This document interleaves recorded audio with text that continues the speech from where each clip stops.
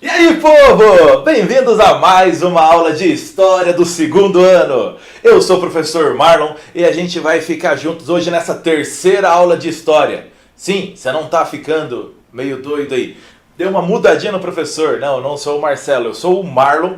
E eu vou ficar com vocês hoje nessas próximas aulas de História pra gente conversar bastante nos temas próximos, que são História do Brasil, como você já estava vendo até com o professor Marcelo. Então, a gente vai dar continuidade na aula de hoje, e a gente vem hoje para conversar bastante sobre açúcar, o doce. Então, hoje a gente vai falar um pouco sobre isso, que, lembra, já foi falado um pouquinho nas aulas anteriores, e hoje a gente vai falar bem mais sobre como era essa sociedade, esse povo que vivia do açúcar no Brasil. Sim, pessoas viviam do açúcar e é sobre isso que a gente fala na aula de hoje. Então, pra gente começar, vamos lá, bem legal.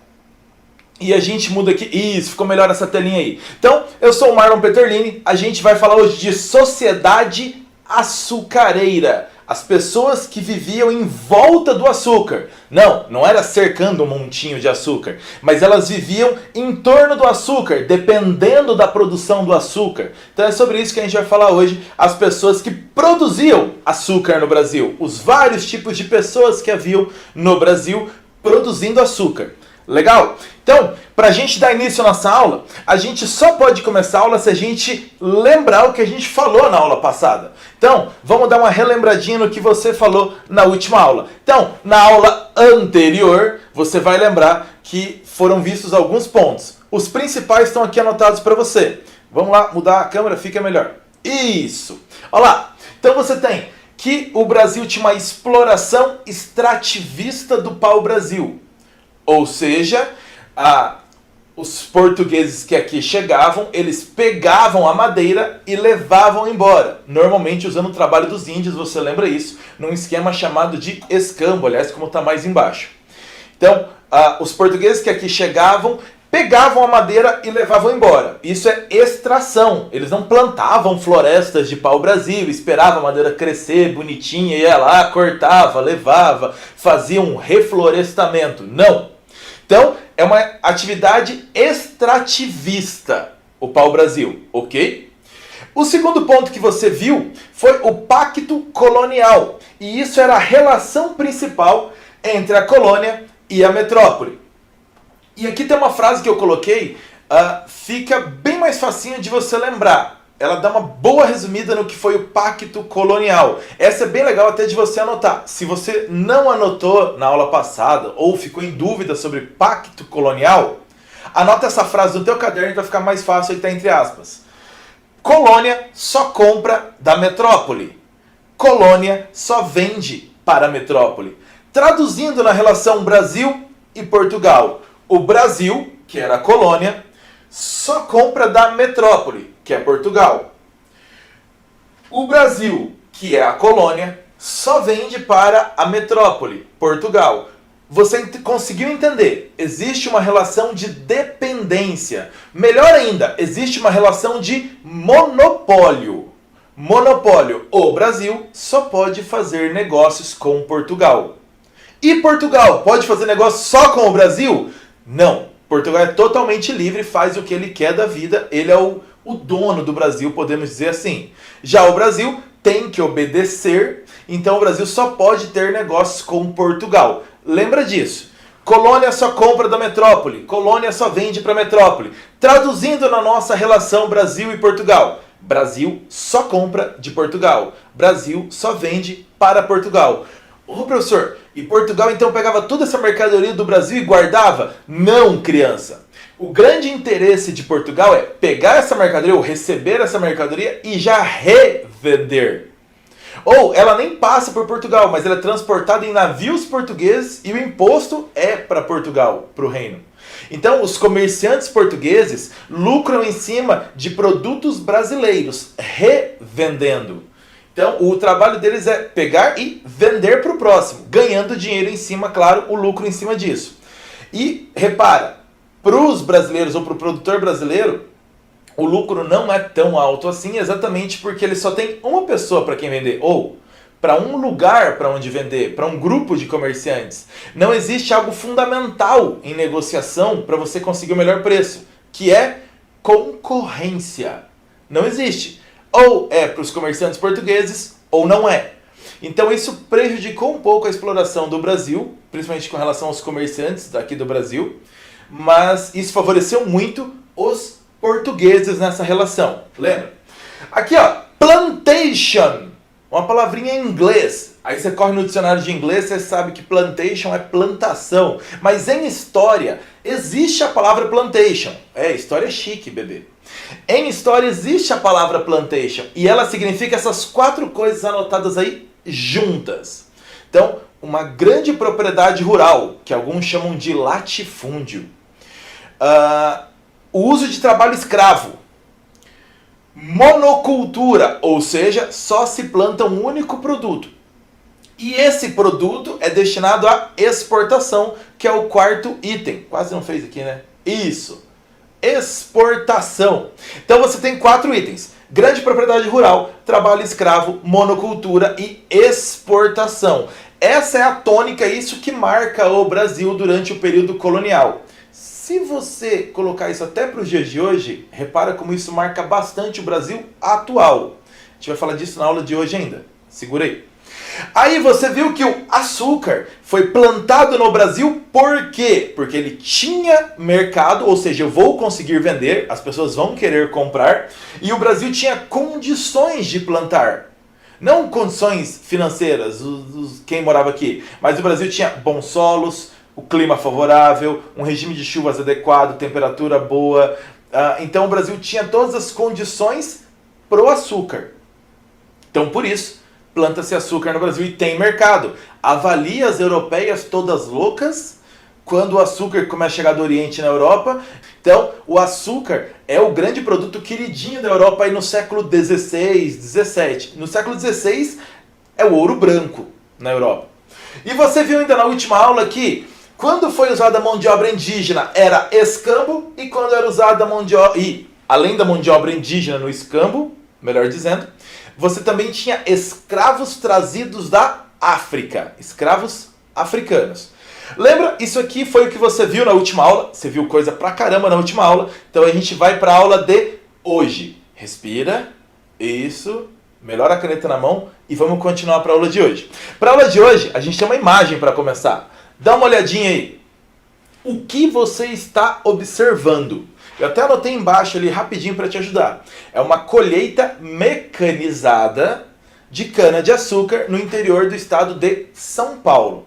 Observa bem a imagem. Chega mais pertinho da TV ou aproxima o celular, aproxima o tablet. Chega próximo, bem próximo aí, olha. Repara bem nessa imagem que você vai conseguir ver. Repara ali. Aqui do lado você tem um trator que está puxando aqui, está puxando uma carreta, uma carga de cana, e aqui você tem uma colheitadeira de cana que está colhendo a cana e jogando aqui nessa carga aqui para o trator puxar.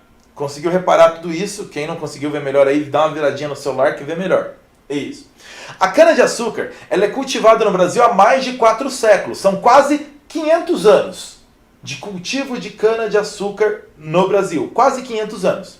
Atualmente, o Brasil é o maior produtor mundial de cana-de-açúcar. Em segundo lugar vem a Índia. Então o Brasil é hoje o maior produtor mundial de cana-de-açúcar. Repara, uma produção que começou há quase 500 anos e o Brasil ainda lidera mundialmente a produção de cana-de-açúcar. Legal. Agora que você sabe dessas informações e você viu bem essa imagem, dá uma olhadinha na perguntinha que tem aqui, ó.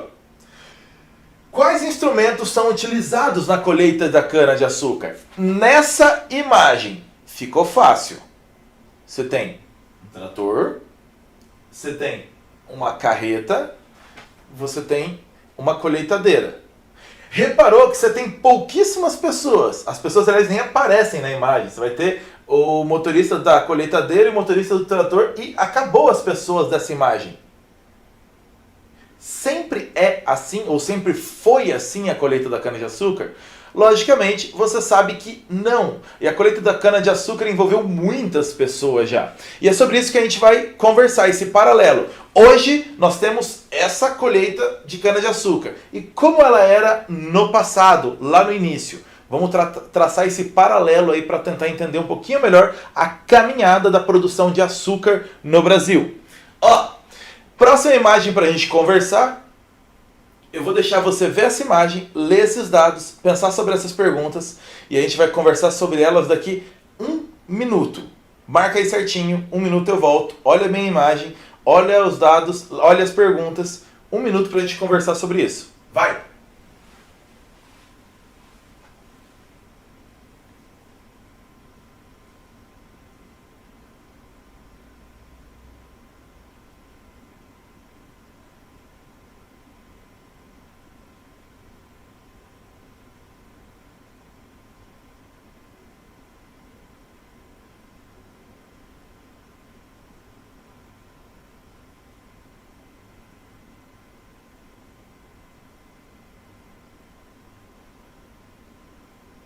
Trinta segundos para você.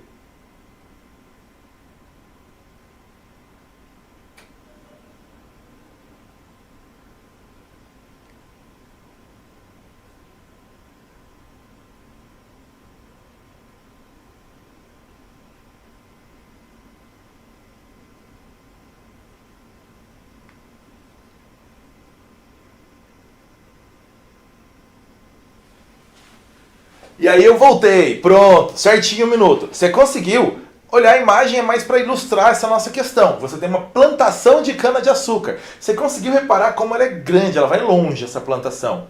Isso. Mas aqui, ó, você tem algumas informações bem legais e são informações atuais. Essas informações são de uma ONG chamada Oxfam. Ela trabalha com questões agrícolas no mundo inteiro. Ela trabalha principalmente discutindo a desigualdade na propriedade da terra no mundo inteiro. E aqui você tem uma pesquisa feita pela Oxfam em 2015. Se você depois procura no Google, dá lá Oxfam, você vai encontrar essa pesquisa também. No Brasil, 1% das propriedades rurais equivalem a 45% das terras cultiváveis. Reparou essa informação? Quando você leu, você conseguiu entender? Quer dizer que se você pegar 1%, você tem o total de propriedades rurais no Brasil, 100%. Imagine que sejam 1.000 propriedades rurais no Brasil para te facilitar. Dessas 1.000 propriedades, todas, somando todas elas de qualquer tamanho, sítiozinho como uma enorme fazenda, dessas, 10 propriedades equivalem a praticamente metade de toda essa área que todas as 100% cobrem. Então, de 1.000, 10 pegam praticamente metade de todo o espaço. As outras 990 pegam a outra metade do espaço todo. Olha como está a concentração de terra no Brasil, então. Reparou? Sobre isso, a gente vai conversar ainda para você entender como surge isso nessa aula de hoje, principalmente na próxima aula também. Na aula de hoje e na próxima aula. Mas esse dado aqui vem ao contrário do que está colocado em cima. Você reparou? Mais de 70% dos alimentos que chegam à mesa dos brasileiros são de pequenos produtores. Olha que informação curiosa. E lembra que você teve um dado da última aula bem importante que você anotou e eu falei dele agora de novo. Plantation. Associa com tudo isso aqui, plantation. Olha lá, o que significam esses dois dados? Primeiro, existe uma concentração de renda no Brasil. Se você conseguiu escrever até aí, você colocou. Existe uma concentração de terra no Brasil. Então, existe uma concentração de terra. Existe. Segundo dado, ainda, na primeira pergunta respondendo, o que significa isso? A segunda informação está dizendo o que pra gente? As propriedades grandes, as grandes propriedades donas aí de metade da terra ou mais, elas não trabalham para produzir alimentos para o nosso consumo interno. Elas trabalham com exportação. Quem trabalha para preencher o consumo interno, para corresponder aqui ao consumo interno? As pequenas propriedades. O que é uma pequena propriedade? Até 50 hectares. Isso, 1 hectare equivale a 10 mil metros quadrados. Então, até 50 hectares é considerado uma pequena propriedade. Então, essas pequenas propriedades, até 50 hectares, são responsáveis por 70% dos alimentos que nós temos aqui no Brasil. E a maioria deles ainda vem por cooperativa, que é essa união de pequenos proprietários. Certo? Vai na segunda questão. Quais os interesses envolvidos na produção agrícola dessas grandes propriedades rurais? O interesse é exportar. Ninguém está dizendo que, como eles são malvados e não dão comida pra gente. Não, mas o interesse é uma agricultura comercial, uma agricultura exportadora. Lembrou do plantation? Essa é a ideia. Repara como o Brasil mantém as características da plantation. Uma grande propriedade rural, com um único produto, que é a monocultura, e ainda exportação. Repara como o Brasil permanece assim, não só com a cana-de-açúcar, mas com qualquer tipo de produção agrícola no Brasil. Como isso permanece. Faltou só a escravidão, que acabou lá em 1888. Lembra que você já aprendeu isso lá no Fundamental. Então, a plantation mais ou menos permanece no Brasil. Olha que informação importante. No nosso setor agrícola, nós permanecemos com uma característica que vem lá do período colonial. Ok? Então, vamos continuar. Que agora você vai fazer um exercíciozinho bem legal. Quer dizer, daqui a pouquinho você vai fazer um exercício bem legal. Você já ouviu falar no que é uma sesmaria? Sesmaria. Não, eu não errei. Não tem um i aqui não. É sesmaria. Já ouviu falar disso? Esse mapinha que está aí de 1640, ele mostra o Brasil, como desenhado no mapa daquela época, e mostra destacado algumas das maiores sesmarias, das terras mais ocupadas para a produção no Brasil. Algumas delas, ok? Esse mapa é de 1640. Então, a gente vai conversar sobre o que é uma sesmaria. Se você não ouviu falar, dá tempo de correr no Google lá, ou então agora. Sesmaria era um sistema utilizado, era um sistema de distribuição do direito de exploração, colonização e ocupação de terras por parte do rei de Portugal. Repara que eu grifei aqui 3 características desse sistema. Ele era para explorar, colonizar e ocupar as terras. 3 funções então. Então, traduzindo isso, o rei de Portugal, que era dono do Brasil na consideração, o rei de Portugal dono, ele sem dinheiro, obviamente, para ocupar tudo isso e fazer o Brasil todo produzir, já que Portugal é muito menor que o Brasil. Então o que ele faz? Usa as pessoas particulares para ocupar.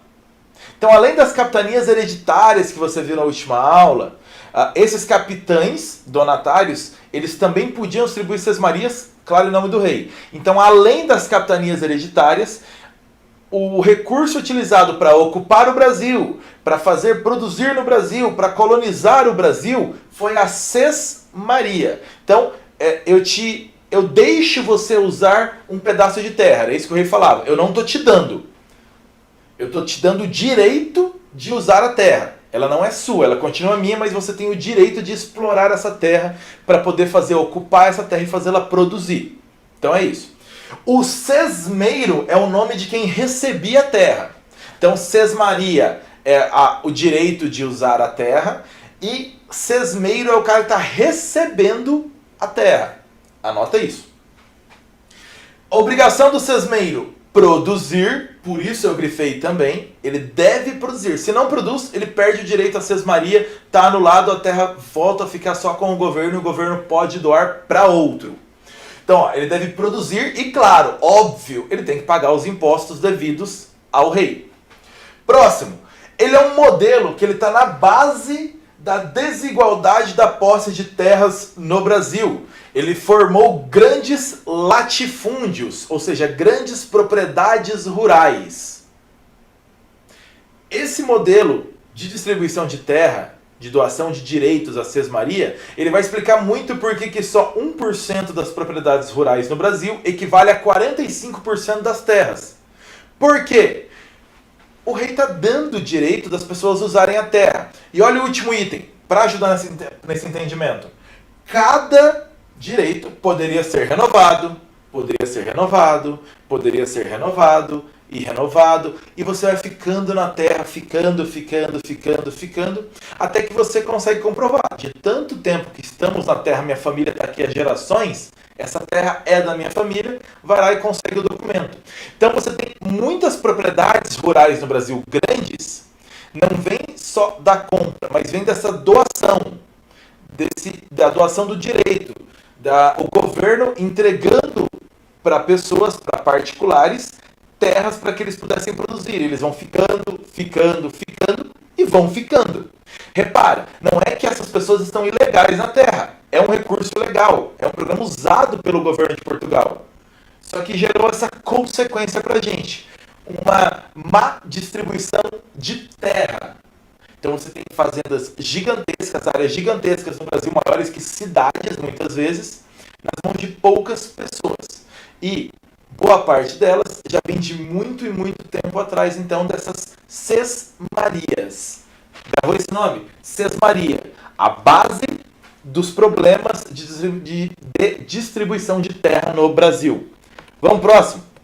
Isso. Agora sim, tem uma tarefinha para você fazer. Você vai lembrar de Plantation, Pacto Colonial, tudo isso? Nessa tarefa.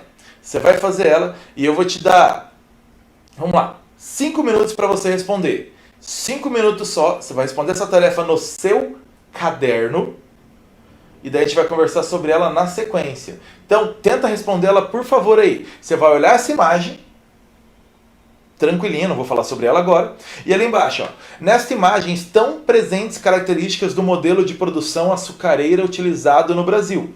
Plantation. Legal. A partir da imagem, identifique características do modelo de produção, características da plantation, e tente criar uma definição para plantation olhando a imagem.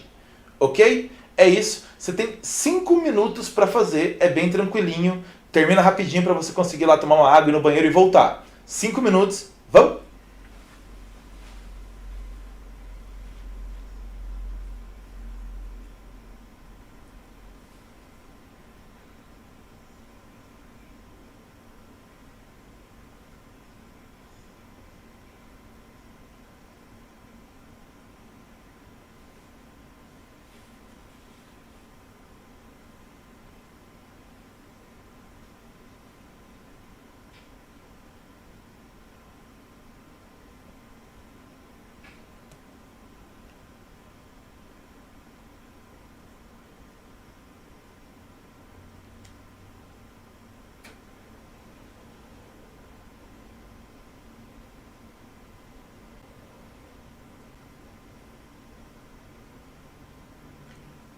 Um minuto já passou, você tem mais 4 minutos. Nossa, que susto que eu tomei. Isso, se concentra.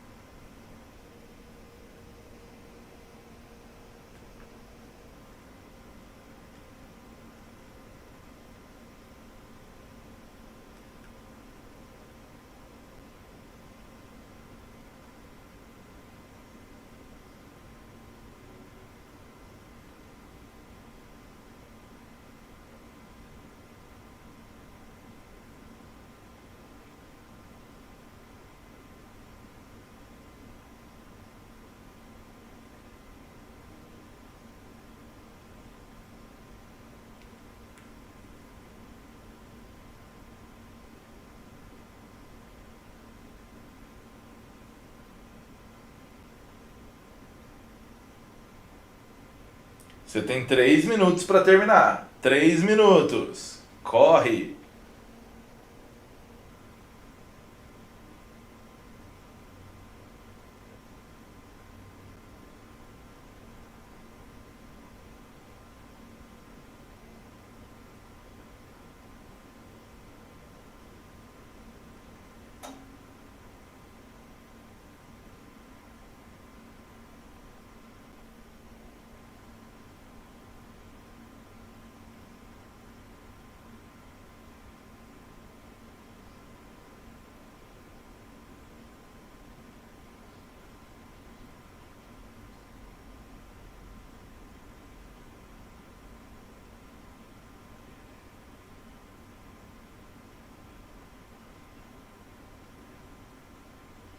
Você tem 2 minutos para terminar essa tarefa. Não é difícil, 2 minutos.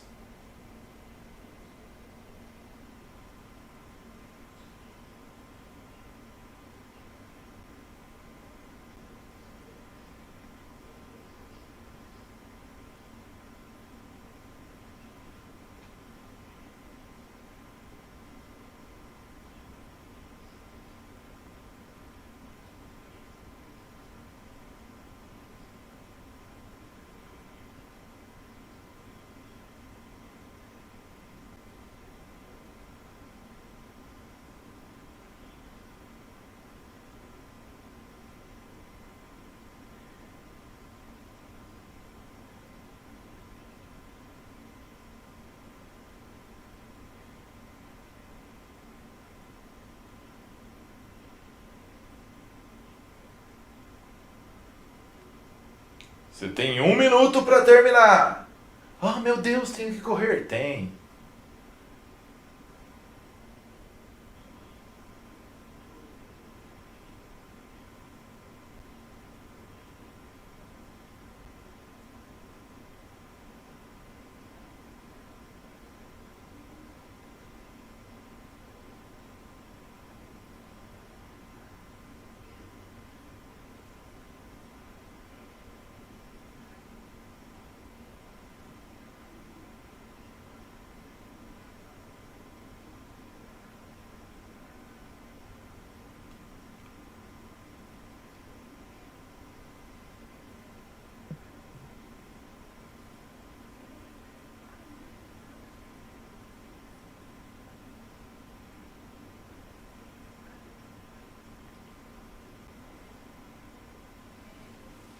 Então é isso, pessoal. Aê, passou teu tempo, você conseguiu fazer rapidinho. Quem não conseguiu, vai terminando enquanto eu tô falando. Ó, pra gente conversar. A partir dessa imagem, identifique características do modelo de produção. Qual é o modelo de produção? Plantation, criança. Tá escrito aqui, tá até sublinhadinho pra você, bem bonitinho. Viu? Isso.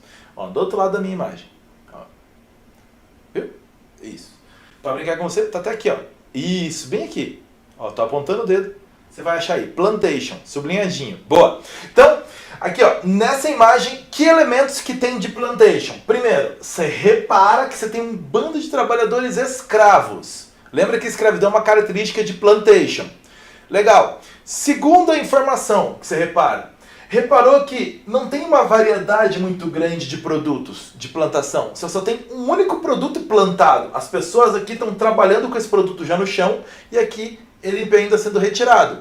Então, você tem um único produto, monocultura. Se você reparar na pintura, quem chega mais perto, vai lá longe a plantação, some. Então você tem um terceiro elemento, a grande propriedade rural. Faltou exportação. Sim, não simbolizaram exportação aqui. Mas você repara, tanta cana-de-açúcar assim, só se for para fazer açúcar para exportar. Então, essas características. Tente criar uma definição para plantation. Então você poderia escrever no seu caderno, não sei como você colocou, mas mais ou menos uma ideia assim, de que uma grande propriedade rural, onde apenas um único produto era produzido, era cultivado, e essa propriedade rural usava de trabalho escravo para fazer todo o serviço para transformar esse único produto, no caso a cana, em açúcar para ser vendido. Definição de plantation, grande propriedade rural, mão de obra escrava, um único produto e, claro, exportação. Você já decorou isso? Não decorou? Anota! Plantation, grande propriedade rural, um produto só, escravidão, exportação. Vai!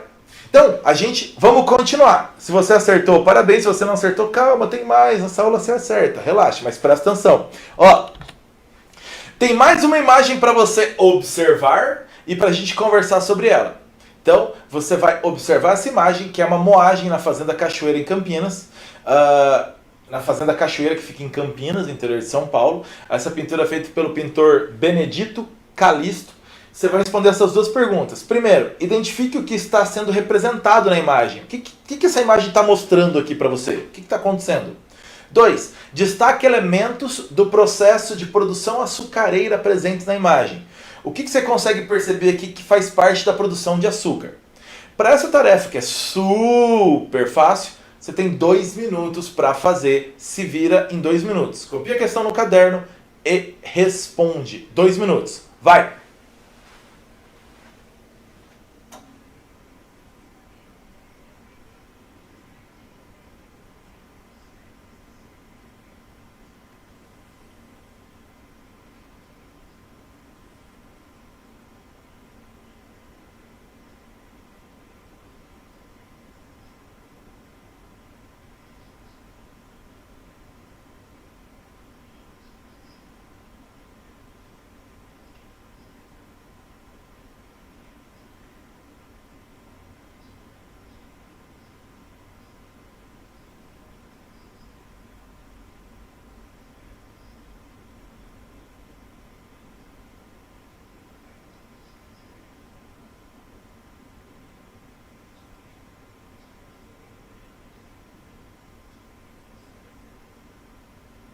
Pronto? Falta 1 minuto.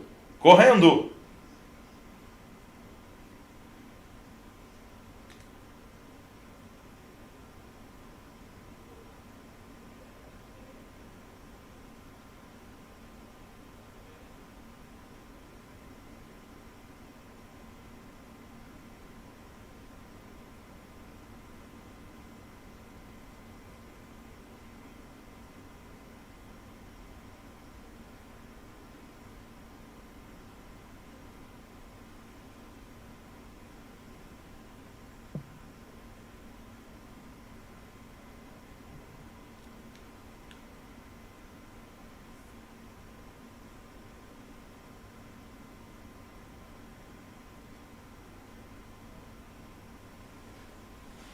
Então vamos lá juntinhos? Eu e você e eu, vamos responder rapidinho aqui, ó. Identifique o que está sendo representado na imagem. É um processo de fabricação do açúcar, é a moagem da cana. Repare que os trabalhadores, eles estão pegando a cana para colocar dentro da moenda. Isso. Destaque elementos do processo de produção açucareira presentes nessa imagem. Então você tem aqui escravos trabalhando. Você tem o uso de bois que ajudam na fabricação do açúcar. E os bois aqui, que estão dos dois lados da imagem, os bois. Você vai reparar. Isso. Vou deixar aí mais próximo de você assim para você conseguir ver. Dos dois lados tem bois. Então eles estão puxando essas traves bem grandes aqui para poder fazer girar a moenda. Então os bois com muito mais força conseguem girar essa moenda aqui. Então você tem escravos, cana de açúcar e você tem os bois ajudando. Então aqui você tem uma primeira etapa da fabricação do açúcar. Que etapa é essa? A de fazer o caldo da cana. Então está sendo moída a cana para tirar o caldo dela. É a primeira etapa do processo de produção do açúcar. Aí, viu como era bem facinho, bem tranquilinho? Para a gente continuar então. Ó, a sociedade, as pessoas que viviam no Brasil colonial. Como estava esse Brasil colonial para as pessoas que aqui viviam? Durante o período colonial, a maior parte da população vivia na área rural. Esquece cidade no começo aí pro Brasil.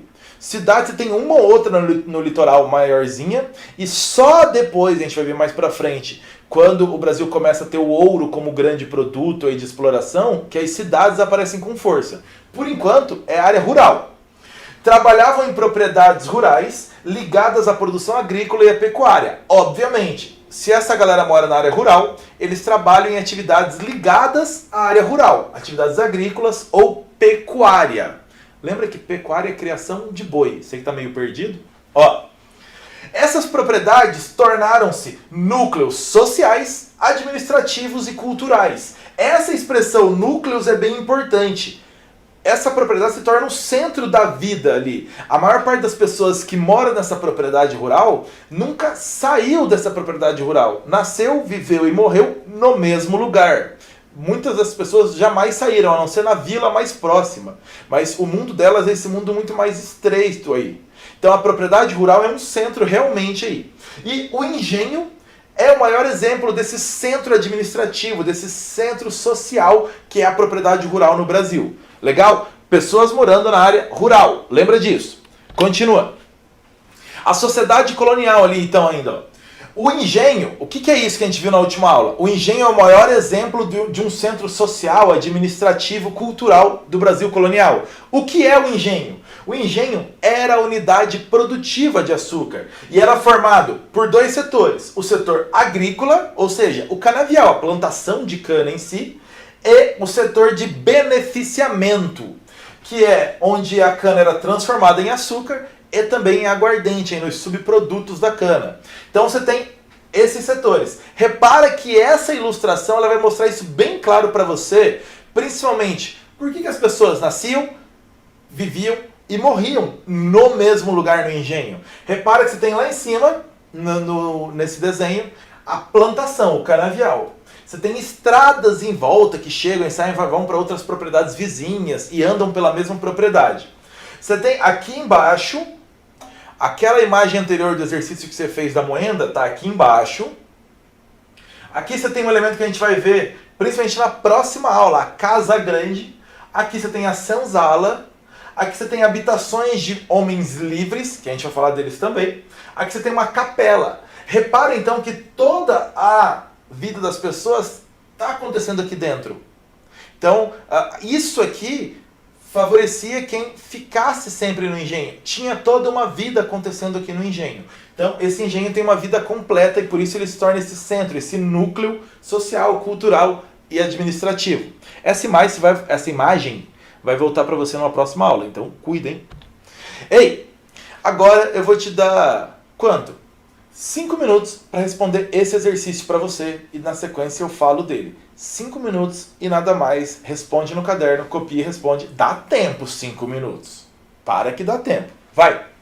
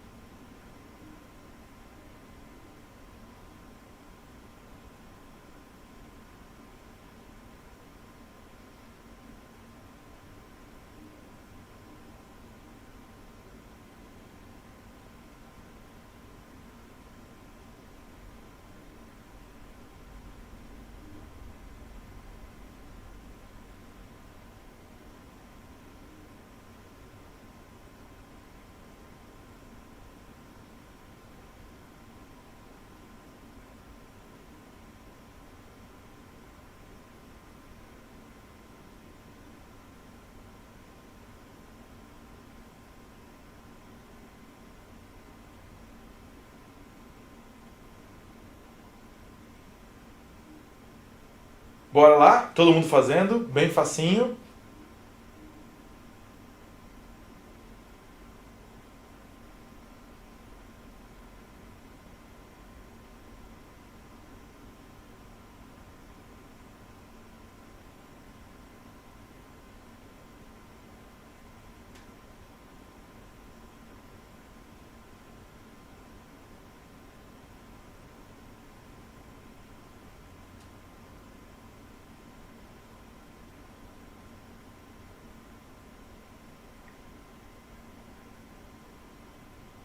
Faltam 3 minutos para você terminar.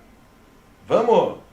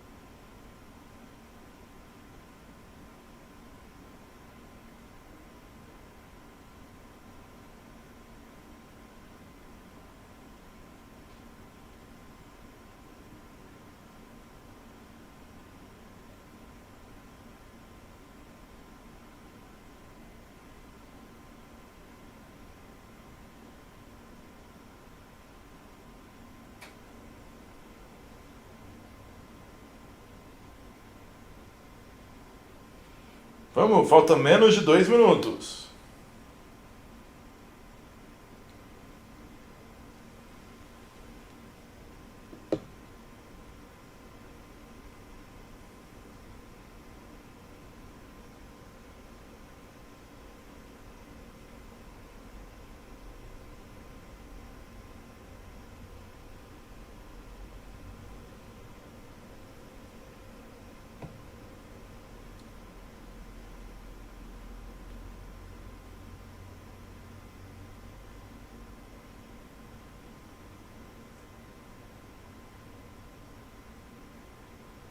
Um minuto para criança, para você terminar, minha criança. Vamos!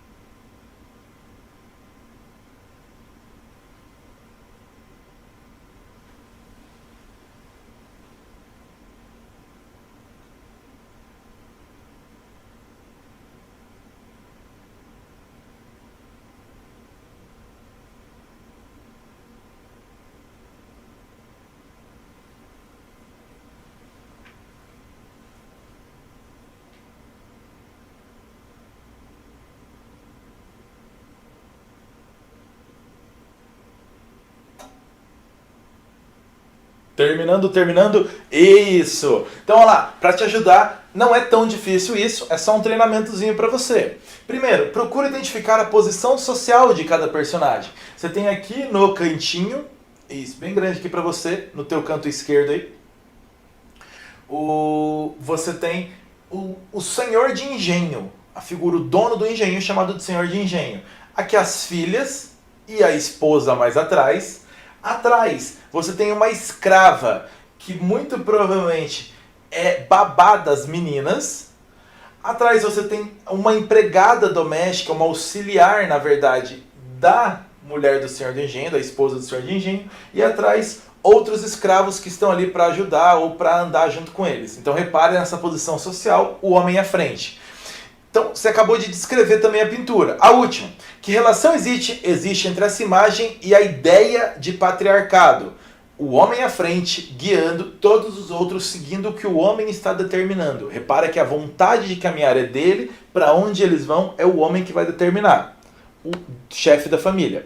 Então, ó, o senhor de engenho é essa nobreza da terra. Eles exerciam o poder localmente, tanto na esfera pública quanto na esfera privada. E nessas duas esferas eles impunham a vontade deles. Por isso que a gente chama isso de patriarcado. A vontade do senhor de engenho vale tanto nos arredores do engenho, onde ele exerce o poder dele, inclusive na vila, às vezes ocupando cargos públicos, quanto em casa. Então, na sociedade colonial brasileira, não era apenas senhores de engenho e escravos. E não havia mais nada nisso. O senhor de engenho, a família dele, os escravos e acabou. Não! Essa sociedade era muito mais complexa. Havia muito mais pessoas ali do que só senhor de engenho e escravo, pronto e acabou. Então havia diversas ocupações. E aqui você tem uma lista. Comerciantes, pescadores, ferreiros, carpinteiros, feitores, vaqueiros, pastores, oleiros, carreiros, mestres de açúcar, purgadores, agregados, que são quase da família do senhor de engenho, os padres, funcionários do rei, os sacerdotes e os profissionais liberais, como médicos, advogados e engenheiros. Repara numa sociedade grande, complexa, numa sociedade cheia de gente, e todo mundo, todos com muitas funções, e muita gente vivendo em volta do engenho. Olha o poder do senhor de engenho. Ele é o cara que manda na vida política, na vida social de toda essa galera. O senhor de engenho, então, tem um grande poder. É a tal nobreza rural mesmo. O poder dele é grande. Certo? Crianças, a gente na aula de hoje vai ficando por aqui. Na próxima aula a gente vai falar mais sobre como era esse engenho em si, o engenho físico, como era essa vida, essa sociedade, palavra difícil? Sociedade do Açúcar no Brasil, ok? Eu sou o Marlon, a gente volta a se encontrar na próxima aula. Valeu, fui!